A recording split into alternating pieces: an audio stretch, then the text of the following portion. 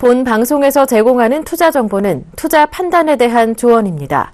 방송에서 제공하는 주식의 가치, 가격 상승 및 가격 하락에 대해서는 방송사에서 보장하지 않습니다.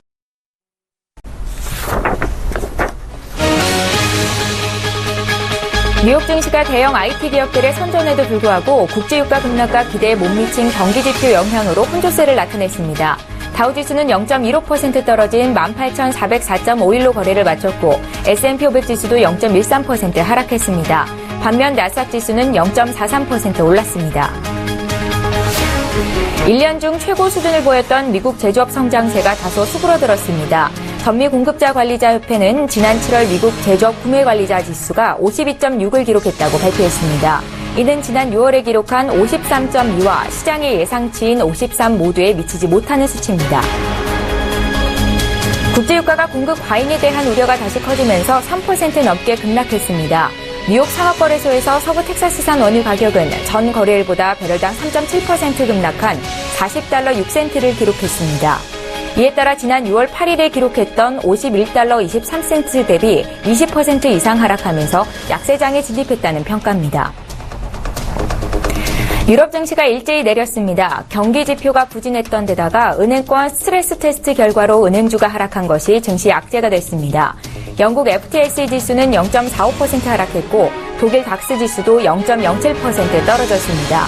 프랑스 가크 지수 역시 0.69% 하락했습니다.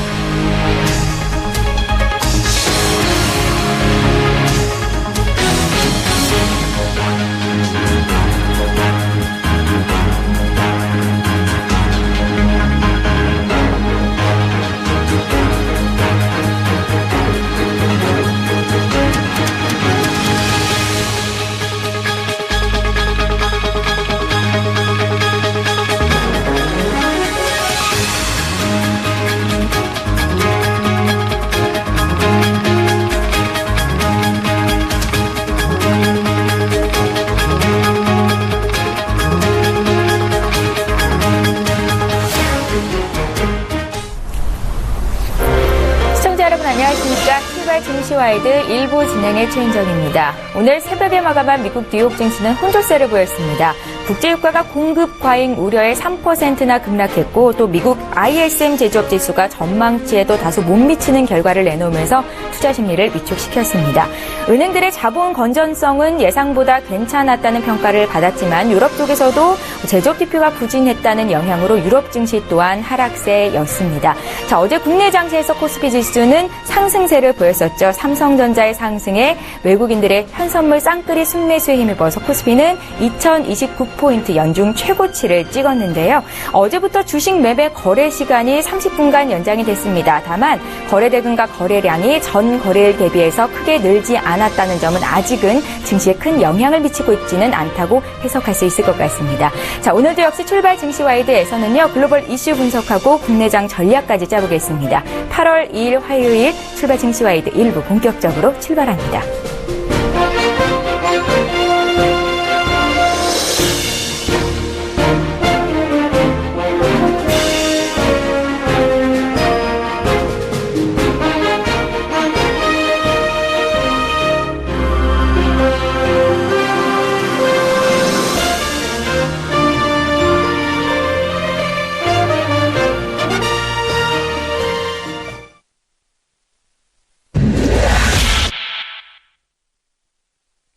예, 글로벌 이슈 분석하고 국내장 전략까지 짜보겠습니다. 화요일에 책임질 마켓 리더는요. 메리츠 종금증권의 김지훈 과장입니다. 김지훈 과장님을 전화로 연결해 볼게요. 안녕하세요. 네, 안녕하십니까. 예, 먼저 미국 증시 마감 상황부터 보겠습니다. 오늘 새벽에 미국 뉴욕 증시는 혼조세를 보였는데요. 7월 ISM 제조업 지수가 전월보다도 낮았고 또 시장의 전망치에도 다소 못 미쳤다는 평가입니다. 이 결과와 함께 미국 증시 마감 상황 좀 봐주십시오. 네, 그렇습니다. 이번에 발표했던 지난달 7월달 미국 제조업 구매자 관리 지수가 좀 예상치보다는 살짝 낮게 나왔습니다. 예상치는 약 한 53 정도로 나올 것으로 예상을 했었는데요. 하지만 실제 발표치는 52.6 정도로 나오면서 시장에서는 좀 다소 실망하는 모습을 보이고 있습니다.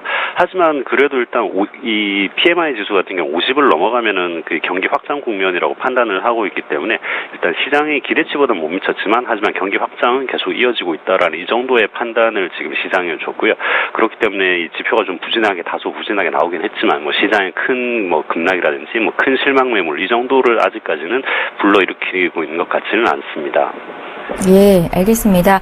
미국의 지난 2분기 GDP 성장률이 전망에 크게 못 미치면서 연내 기준금리 인상 가능성이 다소 멀어졌는데요.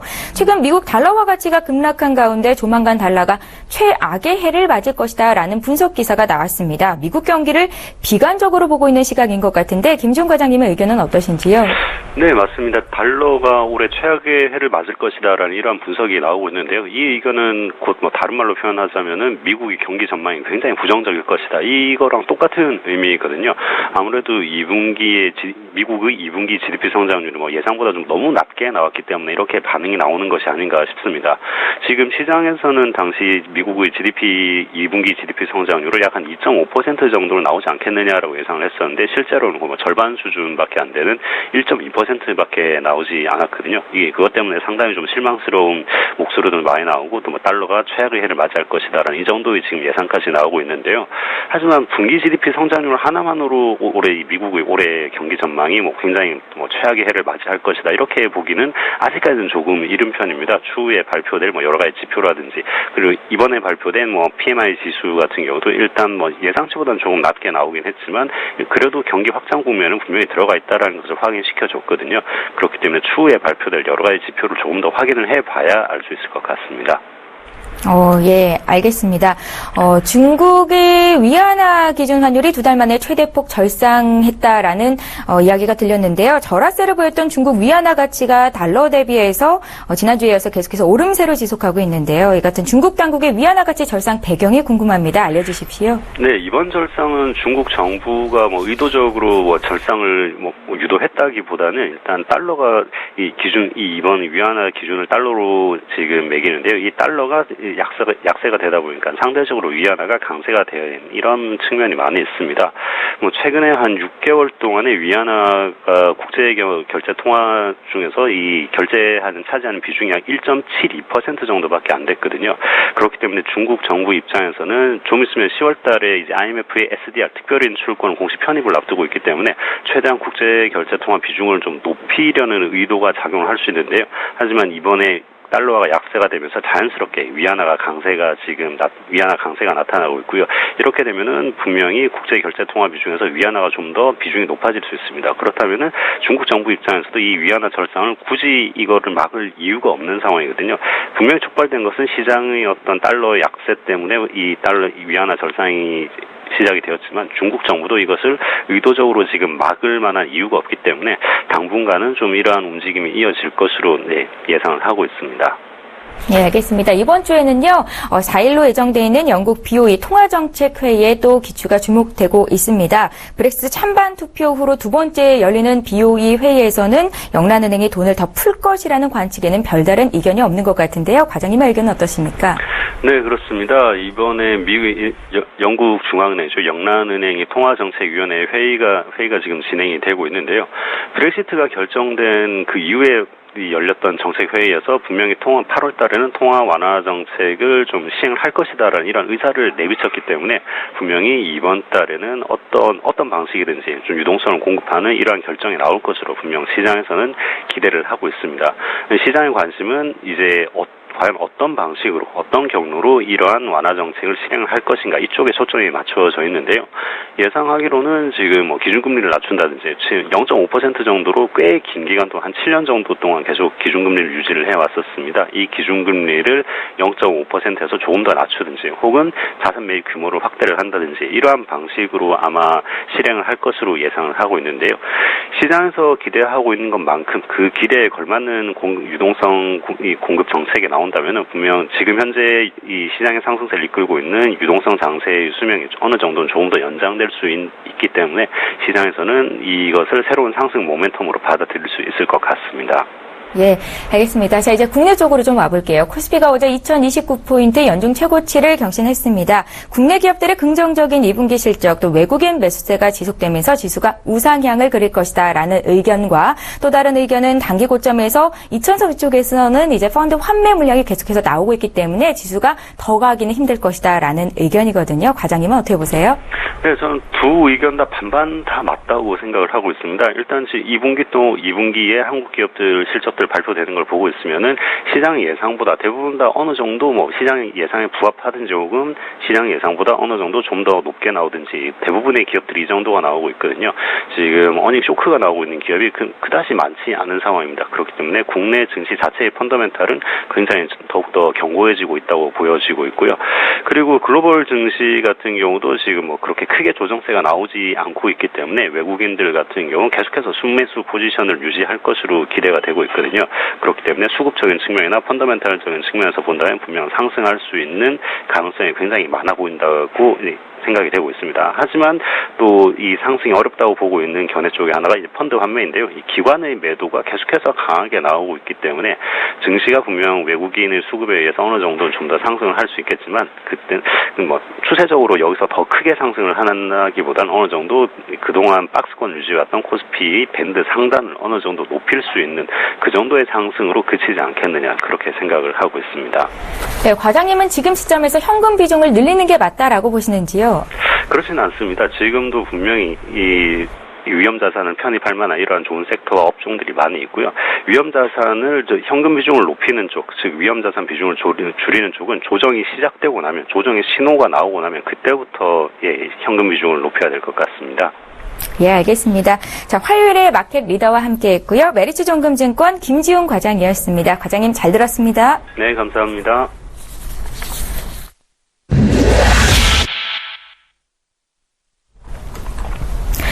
예, 국내외 시장 쟁점을 이슈 리더들을 통해서 알아보는 이슈 리더 시간인데요. 오늘도 역시 오늘의 주제부터 화면으로 먼저 만나보겠습니다. 예, 첫 번째 주제부터 살펴보겠습니다. 최근 들어서 코스피 지수가 상승세를 보이고 있죠. 2분기 기업들의 깜짝 실적이 지수 상승을 이끌고 있는 분위기인데요. 유동성 장세에서 실적 장세로 넘어가는 양상인데 관건은 투신권을 중심으로 한 기관의 매도일 겁니다. 기관 매매를 따라가야 한다라는 분석 기사가 있는데 잠시 뒤에 전문가의 의견 들어보겠습니다. 자, 이제 두 번째 이슈 볼게요. 지난 6월 우리나라 경상수지흑자가 120억 달러를 넘어서면서 사상 최대치를 기록했습니다. 52개월 연속 흑자를 이어간 건데요. 세계적인 경기 불황 속에서 이 같은 경제 지표가 갖는 의미에 대해서도 분석해 보겠습니다. 자, 오늘 함께해 주실 분부터 소개를 해드려야겠죠. SK증권 영업부 PIB 센터의 이재광 이사님을 화상으로 만나봅니다. 이사님 안녕하세요. 네, 안녕하십니까. 네, 반갑습니다. 코스피가 2029포인트, 어제 종가가 그랬습니다. 연중 최고치였는데요. 어닝 서프라이즈를 기록하고 있는 기업들의 실적이 증시에 훈풍을 불어주고 있는데 지금 시점에서 기관의 매매 패턴을 분석해야 된다라는 기사를 제가 읽었거든요. 이사님의 의견을 좀 여쭤볼게요. 왜 그런 건가요? 네, 요즘 보이지 않게 또 기관 투자가들이 일반 투자자들이 아주 따가운 눈총을 받고 있죠. 그것은 지금 증시가 계속 연중 최고치를 돌파하면서 직전 고점대 돌파의 가능성, 그리고 사상 최고치를 찍었던 지난 2015년이죠. 2011년이네요. 사상 최고치. 2011년도 4월 27일 날 2231포인트. 그리고 지난해 고점이었던 지난 2015년도 4월 24일 날, 다 4월 달이었네요. 2189포인트. 이 돌파 가능성이 조금 있는 것이 아니냐. 이렇게 좀 긍정적인 시장 에너지가 이제 국내 시장에도 불어오는, 훈풍이 불어오는 그런 모습을 보여주고 있는데, 문제는 이제 국내 기관 투자가들이 연일 매도를 하고 있기 때문에 이에 따른 약간 따가운 눈총이 아닌가 이렇게 생각이 됩니다. 그런데 제가 전에 이 시간을 통해서 이런 말씀드린 거 혹시 기억하십니까? 국내 기관 투자가들이 매도하는 장은 절대 고점을 형성시키지 않습니다. 다시 말씀드리자면 국내 기관 투자가들이 매도하는 장에서 장이 끝난 적은 한 번도 없었습니다. 단 여기에 이제 외국인들이 키죠. 외국인들이 같이 매도에 동참하지만 않는다면, 최근 국내 시장의 상승을 이끄는 것은 단연 외국인 투자가들입니다. 이 외국인 투자가들이 매수하고 있는 반면에 국내 기관 투자가들이 외국인 투자가들이 그 매수하는 양을, 그렇죠? 물량을 대주고 있죠. 그런 상황에서 절대 고점이 일어나지 않는다는 측면에서 본다면 국내 기관 투자가들이 매도 크게 우려할 상은 아니지 않나 이렇게 생각이 되는데, 단 여기에 함정이 있습니다. 무슨 함정이 있는지 지금부터 살펴보죠. 자, 이미 국내 국내 시장도 미국 시장이 사상 최고치 연중 신고가 행진을 벌이고 있는 와중에 국내 시장도 계속해서 상승세가 이어지고 있는 그런 모습을 보여주고 있습니다. 사실 브렉시트가 발생했던 지난달에는 다소 위축되는 모습을 보여줬습니다만 하루 이틀 후에는 바로 회복되고 전 세계 시장이 또 안정적인 그런 모습을 보여주고 있죠. 국내 시장도 마찬가지입니다. 전일 코스피 종합지수가 2029.61포인트로 2030포인트에 바짝 다가서는 그런 모습을 보여주고 있는데요. 브렉시트 이후에 발생했던 유동성 장세가 실적 장세로 이어지는 그런 모습이 펼쳐지고 있다는 점입니다. 지난주에 발표됐던 삼성전자의 실적 발표 이후 8조 원대가 넘는 영업이익을 발표를 했죠. 반도체 관련주를 포함한 실적 호전주들이 장을 이끌고 있는 그런 모습을 보여주고 있다는 점입니다. 특히 2분기 잠적 실적 발표한 85개 기업 중에서 영업이익이 컨센서스죠. 시중 그 전문가들이 예상치보다 더 긍정적으로 나타난 기업이 57개입니다. 현재까지. 그렇다고 본다면 기업 이익이, 영업이익, 매출이 좋아지고 있는 기업들이 무려 67%가 넘어서고 있는 그런 모습을 보여주고 있기 때문에 국내 경기도 기업들의 실적으로 본다면 완전히 향상되고 있는 그런 모습을 보여주고 있다는 점입니다. 그렇다고 본다면 이 장은 유동성 장세에서 실적 장세로 넘어가기 때문에 이미 넘어갔다고도 볼 수가 있죠. 그래서 추가 상승 가능성은 더욱더 높아진 그런 모습을 보여주고 있지 않나 생각이 됩니다. 또 하나, 앞에 모두에 언급해드린 바와 같이 2010년도 2분기 어닝 서프라이즈가 발표됐던 그 시점이 지금 장과 비슷한 것이 아니냐 하는 의견이 제시되고 있습니다. 2010년도 2분기 어닝 서프라이즈로 기업들이 발표를 했어요. 근데 그때 종합지수가 1550포인트에서 1750포인트의 지한 박스권대에 갇혀져 있는 그런 모습을 보여주고 있는데요. 그 어닝 서프라이즈가 발표된 이후 2011년도까지 대세 상승면이 이어진 그런 모습을 보였다 하는 점입니다. 특히 2011년도 4월 27일 날은 2231포인트로 사상 최고치를 찍었다는 점. 그 점을 감안해 본다면 지금의 상황이 그때의 상황과 거의 일맥상통하는 그런 모습을 보여주고 있지 않나 생각이 됩니다. 그렇다고 본다면 최소한 이번 장에서 지난달에 찍었던, 지난 6월 9일에 찍었던 2035포인트 직전 고점 돌파의 가능성은 어느 정도 확실한 것이 아니냐 하는 돌파의 무게중심이 실리고 있는 그런 모습을 보여주고 있다는 점입니다. 여기에다가 앞에 언급해드린 바와 우리 이슈에 진단을 해드린 바와 같이 국내 기관 투자가들의 매도가 관건이고 불안한 모습으로 다가오고 있는 것은 사실입니다만 말씀드렸다시피 국내 기관 투자가들이 일방적인 매도로 인한 주가의 고점을 실어낸 적이 적었다는 점을 감안해 본다면, 그리고 현재의 시장 상황도 외국인 투자가들이 어떤 해치성 자금, 단기 투자 자금이 아니라 중장기 자금들이 국내 시장에 유입되고 있다는 점을 감안해 본다면 추가 상승에 더 무게가 실리는 것이 아닌가 생각이 됩니다. 또한 국내 기관 투자가들이 매도하고는 있지만 그 매도하는 그 부분을 한번 살펴보도록 하겠습니다. 지난 7월 한 달간 국내 기관 투자가들, 특히 투신과 연기금을 대표하는 국내 기관 투자가들이 순매돈 금액을 한번 보면은요, 코스피가 약 3조 3,698억 원, 코스닥에서 5,265억 원, 그리고 선물에서는 17,000계약 정도를 순매도했습니다. 하지만 오히려 역으로 생각해 본다면, 국내 기관 투자가들인데 충분한 실탄을 이미 비축해 놓은 상태이기 때문에 더 이상 매도의 가능성은 상당히 적어지고 있다는 점. 그리고 국내 기관 투자가들이 지난 7월 달에 대규모 매도를 했지만 7월 달부터 국내 기관 투자가들이 전체 거래 비중이, 국내 시장의 거래 비중이 20%를 넘어서고 있다는 점을 감안해 본다면 향후 국내 기관 투자가들의 증시의 영향력은 굉장히 강화될 가능성은 없습니다. 그렇다면 앞으로 향후 전략은 국내 기관 투자가들이 매수 가능성이 있는 종목을 한번 눈여겨볼 필요는 있지 않나 하는 생각을 가져봅니다. 왜냐하면 다시 한번 여러분 생각해 보세요. 제가 모두에 국내 기관 투자가들이 매도하는 장에서, 일방적인 매도하는 장에서 고점은 형성된 적이 없다. 증시가 거기서 끝난 적은 없다는 말씀 드렸죠. 그렇다면 이제는 국내 기관 투자가들이 매수할 가능성이 높죠. 왜? 어차피 장은 이제 한번 올라가면 조정을 어디서 받든지 받아야 되는데 국내 기관 투자가들이 언젠가는 매수로 돌아설 가능성이 굉장히 큰 것으로 보입니다. 저는 지난 7월 달에 대규모로 매도했지만 8월 달에는 7월보다 훨씬 매도가 줄어들 가능성이 높고 9월 달에는 매수의 전환 가능성이 저는 높다고 봅니다. 자, 그러면 저는 여러분 이제 직감이 오신 분들, 센스가 빠르신 분은 충분히 이해하시겠는데 저는 이번 썸머넬레이 장이 여기서 끝나는 것이 아니라 8월 달, 9월 달까지도 지속될 가능성이 저는 있다고 본다, 이렇게 말씀을 드릴 수가 있겠습니다. 자, 결론입니다. 국내 기관 투자가들이 연일 매도를 함으로써 외국인 투자가들이 일방적인 장세에서 국내 기관 투자들이 매도에 퀘션 마크가 모아지고 있는 것은 사실이다. 하지만 국내 기관 투자가들 경우도 투신권과 연기금의 매도가 이어지고 있는데 투신권은 직전 고점 근접에 따른 일부 펀드들이 환매 물량이 나오고 있는 것이고요. 그리고 또 하나는 연기금에서도 주식 투자 비중을 점점 더 줄여가면서 오히려 대체 투자 쪽으로, 부동산이라든지 대체 투자 쪽으로 비중을 확대하겠다는 이미 정책을 발표하기 때문에 그 초과분에 대한 매도 물량이 일시적으로 나오는 가능성이 높다. 그렇다고 본다면 국내 기관 투자들의 매도도 이제는 일단락되면서 오히려 8월, 9월로 들어서면서 매수로 전환될 가능성은 한층 더 높아지고 있다, 이렇게 말씀을 드립니다. 이미 시장은 유동성 장세에서 실적 장세로 넘어갔고 국내 증시 추가 상승 여력이 있다라고 말씀하시면서 썸머랠리가 8, 9월에도 지속될 수 있다고 보시는 거잖아요. 네. 코스피 밴드 상단은 얼마나 열어두고 계신 거예요, 이사님? 참 그런 질문을 받을 때가 상당히 어려운데요. 이미 말씀드렸다시피 저는 지난달의 고점은 돌파 가능성이 충분히 있다 하는 말씀 이미 드렸고요. 지난해의 고점이 지난 2015년도죠.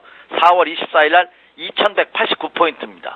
그렇다면 오히려 저는 이번 상승 목표치를 지난해의 고점 정도까지는 충분히 열어놓고 우리가 검토해 볼 필요가 있지 않나, 이렇게 판단이 됩니다. 예, 지난해 고점이었던 2189포인트까지는 열어두고 계시다는 이사님의 의견을 들어봤습니다. 자, 이런 가운데 국내 거시 경제 지표가 의미하는 바에 대해서 좀 분석을 해보고 싶은데요. 우리나라의 경상수지 흑자가 지난 6월에 역대 최대치를 경신했다고 합니다.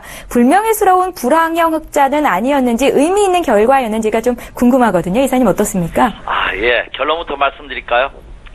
사실 저는 불황형 흑자라고 생각합니다. 오히려 경상수지 흑자폭이 이렇게 계속해서 늘어나는 것은 저는 향후 국내 경제 그리고 정치에도 안 좋은 영향을 미칠 가능성이 크지 않을까 생각이 됩니다. 지금 전 세계가 지금 대선을 앞두고 있습니다. 총선과 대선을 앞두고 있죠. 특히 미국, 트럼프가 되느냐 클린턴이 되느냐를 놓고서 아주 논란이 거셉니다.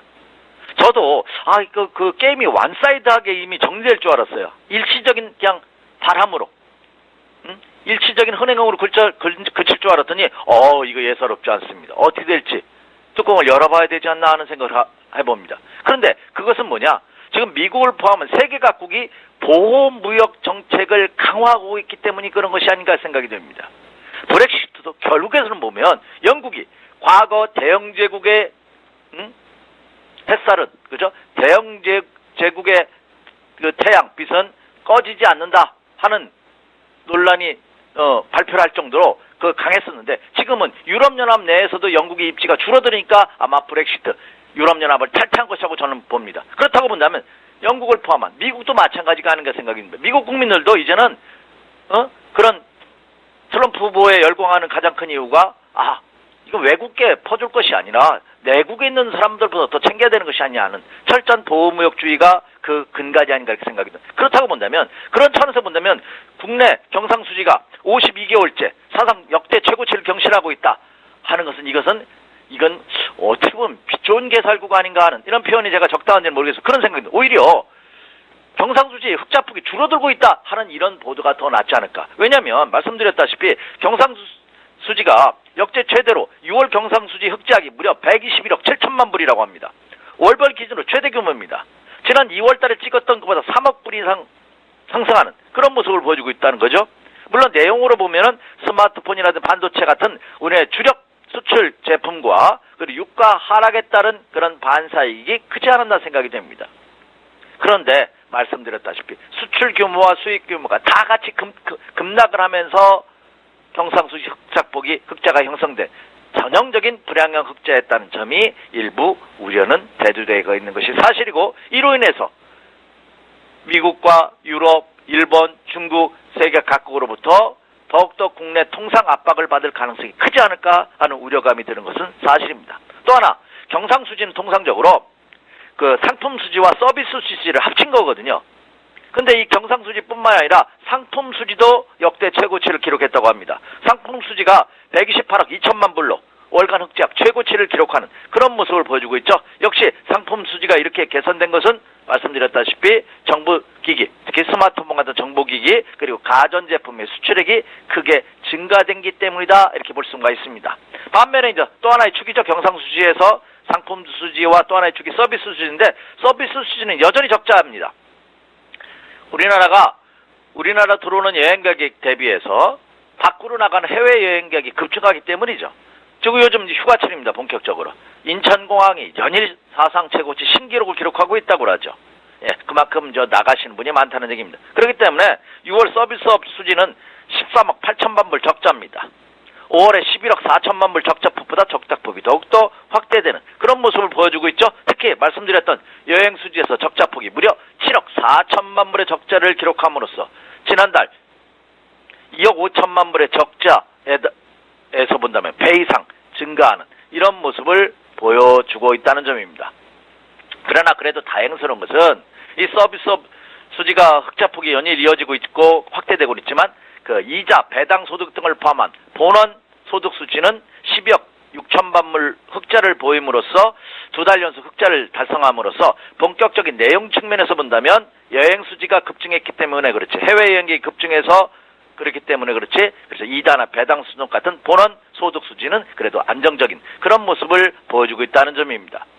사실 브렉시트 이후에 국내 투자분, 외국인 투자 자금이 4개월 만에 순유출되는 그런 모습이 지난 6월 달에 펼쳐졌습니다.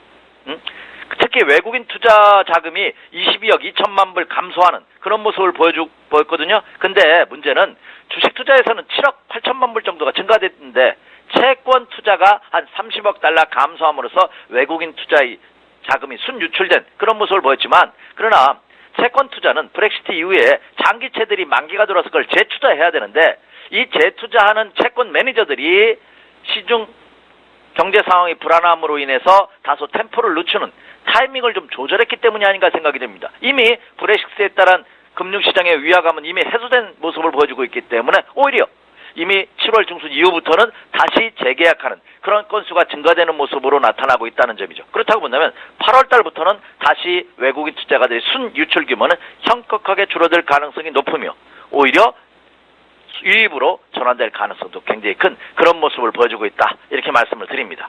예, 알겠습니다. 우리나라가 지난달 기록한 경상수지 흑자가 수출보다는 수입이 더 줄어들어서 나타난 불황형 흑자였다는 사실은 다소 아쉽다라는 생각이 들었습니다. 자, 이제 국내 증시 전략 좀 짜볼게요. 코스피가 2029포인트까지 올라온 상황에서 오늘은 어떤 투자 전략이 유효할지 이번 주 좀 전망해 주시겠어요? 예, 연일 잠 못 이루는 밤이 이어지고 있습니다. 에어컨이 없으면 잠을 못 자겠더라고요. 여러분도 그렇지 않나 생각이 됩니다. 그나마 그래도 주식시장이 어느 정도 안정적인 모습, 2000포인트 이상에서도 추가 상승의 가능성이 내비쳐지고 있기 때문에 그나마 기쁘지 않나 생각이 됩니다. 오늘 앵커 입은 의상이 아주 시원합니다. 아주 초록색, 화사하고 아주 멋있는데요. 그것처럼 오늘 증시가 화사했으면 하는 바람입니다. 자, 오늘도 투자 전략에는 변함이 없습니다. 상승 기조가 그대로 유지되고 있다는 점 변함이 없고요. 그로 인해서 매수 마인드 전략 지속하자, 이것 또한 변함이 없습니다. 또 하나 중요한 거, 이미 말씀드렸다시피 제가 이 시간을 통해서 언급해드렸죠. 7월달은 어떻게 될 것이다, 실적 장세가 될 것이다 하는 말씀을 드렸는데, 이제 유동성 장세에서 실적 장세로 돌아가고 있다는 것이 이제 뉴스에 보도가 나오고 있습니다. 이미 저는 이 시간을 통해서 지난 6월 말에 7월달은 실적 장세가 될 것이다 하는 걸 예측해드렸죠. 8월도 마찬가지입니다. 7월달에 장세가 그대로 이어질 가능성이 높다. 더군다나 이번 주와 다음 주까지는 본격적인 휴가철입니다. 매니저들도 일부 휴가 갔고요. 그리고 큰손 세력들도 이미 갔고요. 외국인들도 좀 갔고요. 그리고 개인 투자가들도 가실 겁니다. 그렇기 때문에 이번 주와 다음 주는 소강국면을 보일 가능성이 높다. 큰 폭의 상승도 큰 폭의 하락도 없는 그런 모습을 보일 가능성이 크지 않을까, 이렇게 생각이 되고 있습니다. 따라서 이 기회를 이용해서 여러분 포트를 다시 한번 재구성하는 그런 매매 전략으로 임해 주십시오. 이렇게 말씀을 드립니다. 그렇다고 본다면 철저하게 실적이 수반되고 있고 어닝 서프라이즈의 가능성이 있는 그런 업종과 종목으로 포트폴리오 구성하시기 좋은 시기가 아닌가 생각이 되는데요. 그 대표적인 업종이 역시 삼성전자가 이끄는 반도체죠. 자, 삼성전자의 사상 최고 챙진 이제 코앞에 두고 있는 그런 모습을 보여주고 있다 이렇게 말씀을 드릴 수가 있겠고요. 그리고 이렇게 반도체라든지 전기전자 이런 IT 대형주가 상승한다면 거기에 부품을 납품하고 있는 전기전자 부품 업체들 같이 보셔야 된다 하는 점입니다. 그리고 소재 업종 이미 말씀드렸어요. 근데 소재 업종이 뭡니까? 이렇게 질문하시는 분이 있는데 대한민국의 대표적인 소재 업종이면 뭐 고려하는 퉁산 이런 같은 원자재 업체들이 대표적인 소재 업체들이죠. 이 소재 업체들도 눈여겨보셔도 좋다 이렇게 생각이 되고요. 그리고 증시가 안정적인 모습을 보인다면 은행과 증권 같은 금융주 역시 눈여겨보셔도 좋겠다 생각이 되고 그리고 앞서서 말씀드렸던 그동안 장기 불황에서 아직 헤어나지는 못한 건 있지만 이미 주식시장은 바닥 탈출의 모습을 보여주고 있는 철강과 조선 같은 이들 종목을 중심으로 한 포트폴리오 구성 전략 염두에 두시면서 매매 전략 세워주십시오. 이렇게 말씀을 드립니다. 예, 화요일에 이슈 리더와 함께했습니다. SK증권 영업부 PIB센터의 이재광 이사님이었는데요. 목요일에 다시 뵐게요. 고맙습니다. 네, 감사합니다. 예, 이 시간 속보부터 좀 전해드리겠습니다. 지난달 소비자 물가지수가 작년 같은 달보다 0.7% 올랐다는 소식이 들어와 있습니다. 3달 연속 0%대를 기록한 거고요. 지난달 상승률은 0.6% 상승이었습니다. 지난해 9월 이후 가장 낮았던 건데요. 저유가 영향이 지속되면서 소비자 물가 상승률이 10개월 만에 가장 낮은 수준으로 떨어졌다는 평가를 받고 있습니다. 잠시 뒤에 수급 리더 시간 이어갑니다.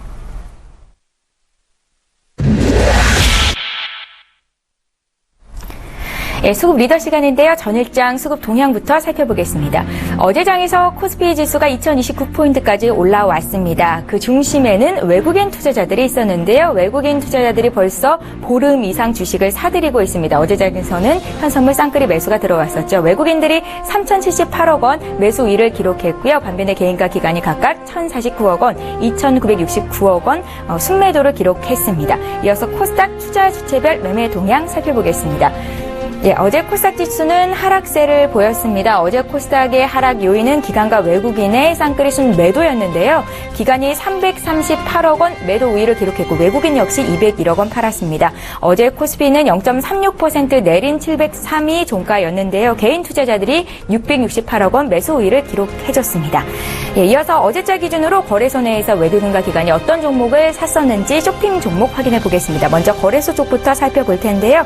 어제 외국인들은 네이버, SK하이닉스, 아모레퍼시픽, 롯데케미칼 순으로 가장 많이 산 것으로 집계가 됐고요. 기관 투자자들은 KT, 삼성전기, SK이노베이션을 포트에 담은 것으로 집계가 됐습니다. 이어서 코스닥 상황 살펴볼게요. 어제 코스닥 시장에서 외국인 투자자들은 ST팜, 동국 SNC, AP시스템, 홈캐스트, 시즌 순으로 포트에 담은 것으로 집계가 됐고요. 기관은 비아트론과 AP시스템, 또 SFA, ENF 테크놀로지, 서울반도체 순으로 포트에 담은 것으로 집계가 됐습니다. 네, 전일장 수급 특징주 살펴볼 텐데요. 오늘은 IBK 투자증권 스마트 금융팀의 박성환 차장님을 전화로 연결합니다. 차장님 안녕하세요. 네, 안녕하십니까? 예, 수급 동향을 볼 텐데요. 어제장에서 또 거래소 시장 내에서 어떤 종목이 눈에 띄셨는지 분석 좀 해주십시오. 네, 하반기로 갈수록 결국 배당의 이슈가 부각될 수밖에 없는 상황입니다. 전일장 KT가 눈에 띕니다. 전일 같은 경우는 외국인과 기관이 동시 순매수를 나타냈는데 특히 기관 같은 경우는 최근에 9영업일 연속 대규모 순매수입니다. 2분기 영업이익은 4,270억 정도로 컨센서스 3,757억 원을 큰 폭으로 상회하면서 2012년 1분기 이후 분기 사상 최대 이익을 시현했습니다. 서프라이즈 주 요인은 유무선 모두 본업 경쟁력이 상승했고요. 비용 구조 효율화 개선 노력에 따른 비용 통제 효과 그리고 자회사의 이익 기여도 확대로 요약될 수 있겠습니다. 특히 별도 영업이익은 3,219억 원으로 2012년 1분기 이후에 분기 최대 규모인데 영업이익률 또한 상승 기조를 이어갔습니다. 3분기에도 이익 성장세를 이어갈 전망으로 보고 있는데 2016년 4분기는 특히 비용 효율화 노력의 결실로 수익성 편차가 과거 대비 굉장히 완화될 것으로 기대되고 있습니다. 또한 자회사 PC카드가 보유한 마스터카드 지분 매각이익 1,015억 원이 2015년 4분기 이익에 반영된 점을 감안하면 성장성뿐만 아니라 이익 창출력도 더욱 돋보일 전망입니다.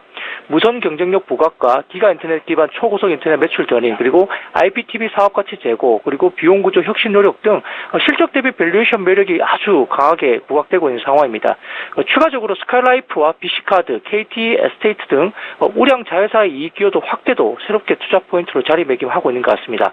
올해 이어서 주파수 이용권 추가 상각 부담이 가장 적은 2017년에도 이익 성장 가시성이 가장 높다고 볼 수 있겠습니다. 이는 실적 자신감으로 이어지고 있고요. 또한 배당 증액을 최근에 발표했습니다. KT만 시장 기대치가 유난히 낮았기 때문에 시장 눈높이는 올라갈 것으로 판단하고 있습니다. 예, 배당 매력의 3분기 이익 성장세가 기대된다는 KT 분석을 해주셨고요.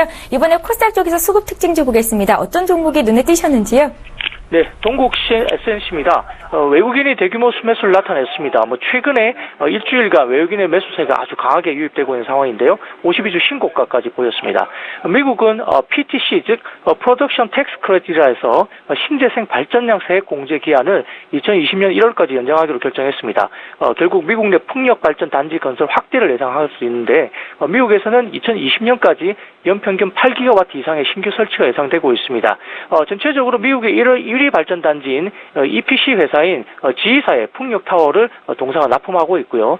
또한 이제 일본 정부는 현재 3기가와트인 풍력 발전량을 2020년까지 10기가와트로 확대한다고 밝혔습니다. 향후에 5년간 연평균 500개 이상의 풍력 발전기 수요가 예상되기 때문에 동사는 이런 부분에서 이점을 충분히 발휘할 수 있다 하겠습니다. 2015년 571개의 풍력타워 생산했습니다. 2016년에는 680개 정도 수준의 풍력타워를 생산하면서 풍력타워 매출 2016년이 1,868억 원으로 전년 대비 25.7% 증가 예상이 되고 있습니다. 원자재 가격이 안정화되고 있고요. 가동률이 올라가면서 수익성도 크게 개선되는 모습이 눈에 띕니다. 또한 국내에서는 정부가 2020년까지 풍력을 포함한 신재생 에너지 확산을 위해서 30조 원을 투자하고 RPS, 즉 신재생 공급 의무 비율을 당초 계획 대비 0.5에서 1%포인트 상향 조정하면서 투자를 활성화하고 있습니다. 따라서 국내 풍력 EPC 사업이 수주가 기대된다고 하겠습니다.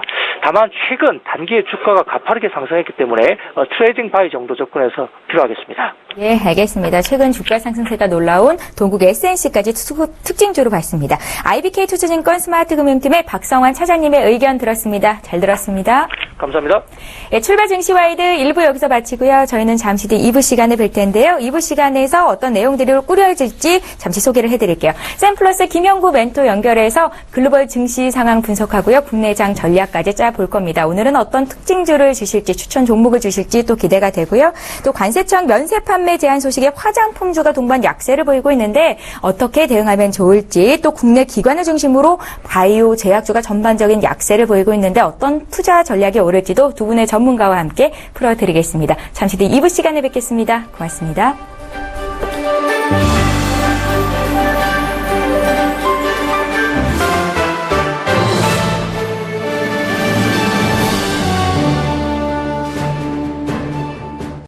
본 방송에서 제공하는 투자 정보는 투자 판단에 대한 조언입니다. 방송에서 제공하는 주식의 가치, 가격 상승 및 가격 하락에 대해서는 방송사에서 보장하지 않습니다.